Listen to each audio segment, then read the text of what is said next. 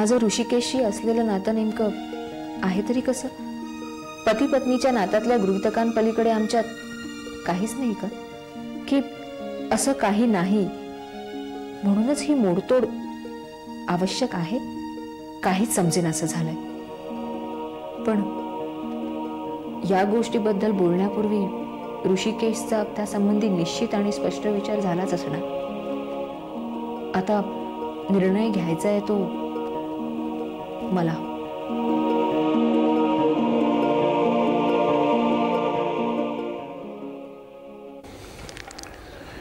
इतकं कठीण वाटतंय का रे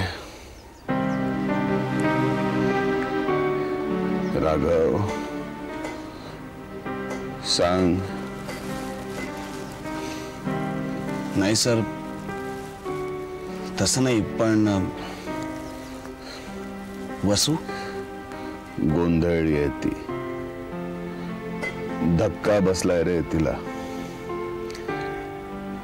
पण तू तिला समजाव. समजावशील ना?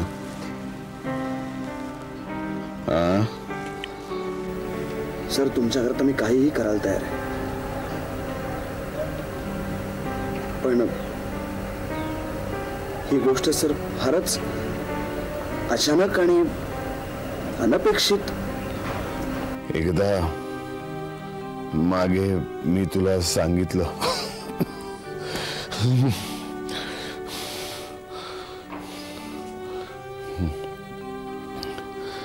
एकदा सांगितलं होतं मला तुझी मदत लागेल. आठवतं?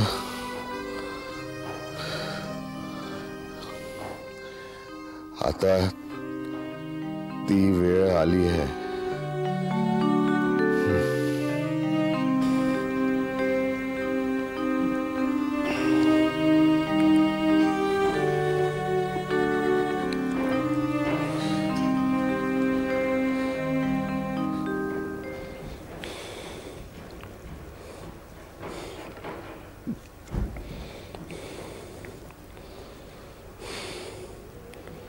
सर, सगळं तुमच्या मनासारखं होईल सर. तुम्ही काही काळजी करू नका.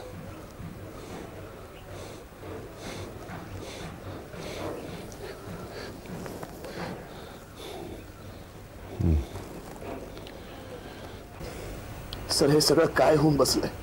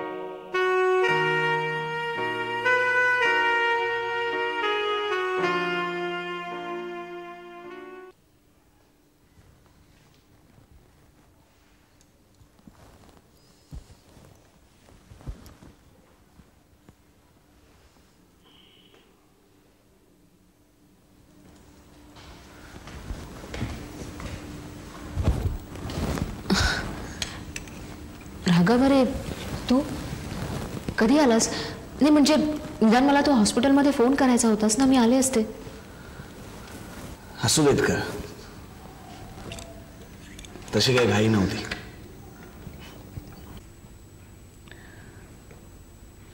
बाकी कशी आहेस? मी ठीक आहे. तुझे मामा कसे आहेत? म्हणजे अजून तुला ते गाईड करतात ना? का हसलास? नाही, काही नाही.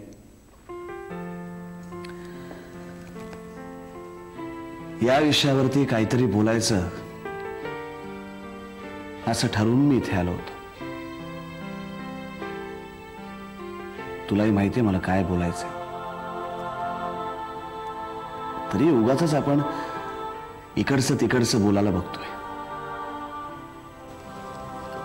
राघव, एवढ्यात मी स्वतःला पुष्कळ सावरलंय. बोल. या विषयावरती आता बोलायचं असं काहीच उरलं नाहीये.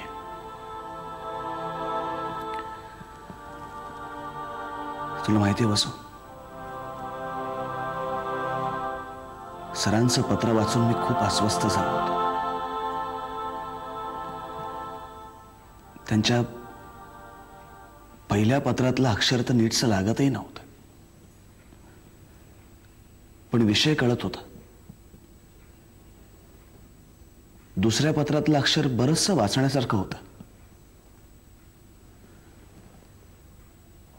सरांनी तुझ्याबद्दल खूप काळजीने लिहिलं होतं.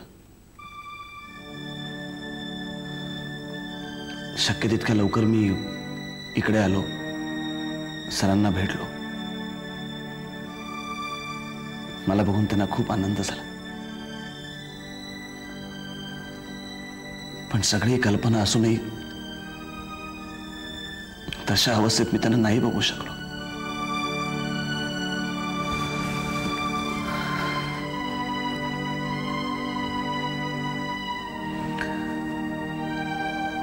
तुला न विचारता मी त्यांना आश्वासन देऊन टाकलं.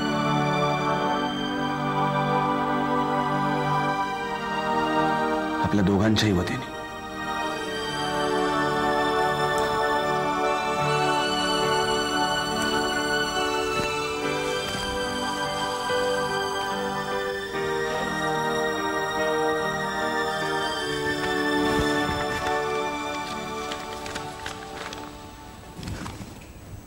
हे ते पत्र.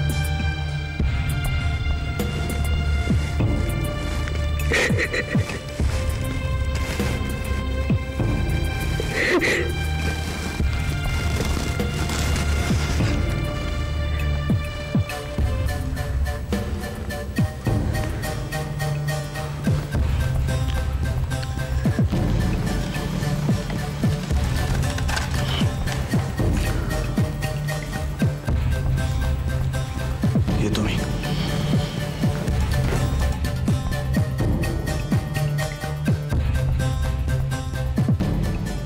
माझ्यावरती तुमची जबाबदारी आहे असं मी समजतो, एक सिनियर स्टुडंट म्हणून. वसुमती, पण एक गोष्ट मात्र निश्चित, कुठली? तुझ्यात इतर बदल पुष्कळ झालेत, तसे ते होतातही, पण ठळकपणे जाणवतो तो तुझ्यातला आत्मविश्वास. पूर्वी नव्हता. नव्हताच. वसू, तुम्हाला काहीच बोलली नाहीस का? कशाबद्दल?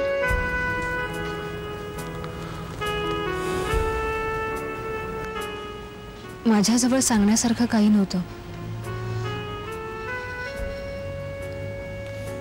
आणि तुलाही दुखावता येत नव्हतं.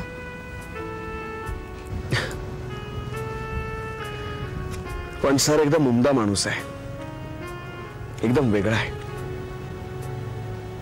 वसू, तू खरंच सुखी होशील. तुझं सुद्धा आयुष्य बदलत जाईल, मग तुला इकडची फारशी आठवण देखील येणार नाही. एखादी चांगली मुलगी देखील मिळेल तुला. कठीण आहे. कठीण काय त्यात? चांगली मुलगी मिळणं. राघव, चांगल्या मुली वाटेवरच असतात. नाही, मला अशा वाटेवरल्या मुली नको बुवा. बरं, मग कशी हवी आहे तुला? आड वाटेवरली. स्टेशनवरती येतेस?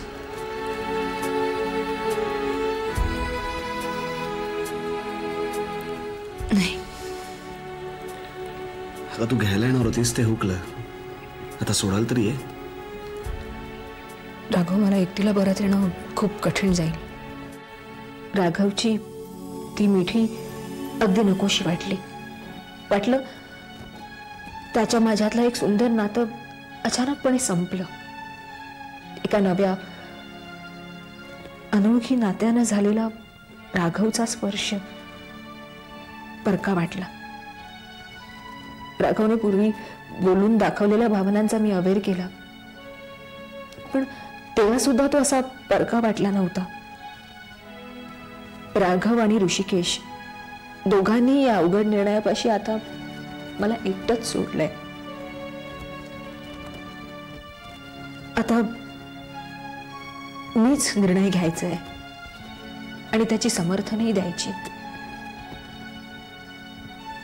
ऋषिकेश म्हणाले होते, कठीण असतं ते स्वतःला तोंड देणं. जमलंय का ते मला? मला या सगळ्यातनं सुटावंसं वाटतंय. साधं सोपं निर्वेद आयुष्य हवंसं वाटतंय.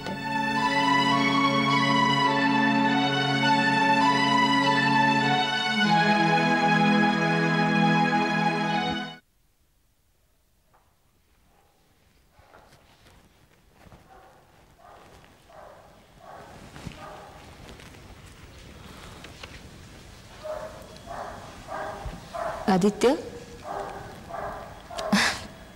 खूप उशीर झाला ना, झोप जाऊन आता.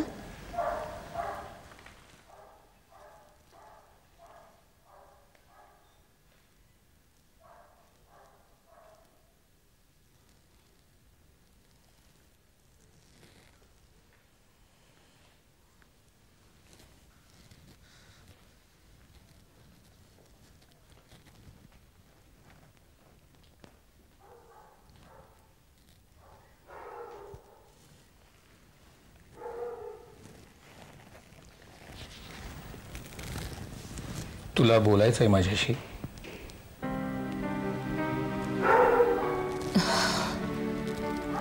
हो दादा, तुम्हाला तर माहितीच आहे, गेले काही दिवस आपल्या सगळ्यांच्या डोक्यात दुसरा विषयच नाहीये. दादा, मी खूप गोंधळून गेले हो. बघ, तुला जे काही वाटतं ते अगदी मोकळेपणानं सांग. बाळचा हा प्रस्ताव धक्कादायक आहे, अगदी मला सुद्धा. पण भावना पूर्णपणे बाजूला सारून एखाद्या गोष्टीचा वास्तववादी दृष्टिकोनातून विचार करणं हे फक्त बाळच करू शकतो. सगळ्यांकडून आपण ती अपेक्षा करू शकत नाही. दादा, पण ह्या सगळ्याचा मला त्रास होतोय. आईबाबांनी खूप मोठा धक्का बसलाय. जसं मीच काहीतरी गुन्हा केल्यासारखा त्यांची रिॲक्शन आहे. अंजुनी तर इतकं कडवट पत्र लिहिलंय की त्या रात्री मी झोपूच शकले नाही. त्यांच्या या प्रतिक्रिया स्वाभाविक आहेत. तुलाही त्यांना समजून घ्यायला हवं. आपले शेजारी पाजारी, हॉस्पिटलमधले आजूबाजूची लोक काहीही बोलतात. दादा, हो, ऋषिकेश पासनं वेगळं राहायला लागून इतके दिवस झाले तरी अजून ही गोष्ट मला पचवता आलेली नाहीये. आणि उद्या जर मी राघवशी लग्न केलं तर ह्या सगळ्याला कसं तोंड देऊ मी? केवळ लोकांच्या प्रतिक्रियेमुळे तुझा गोंधळ उडालाय का?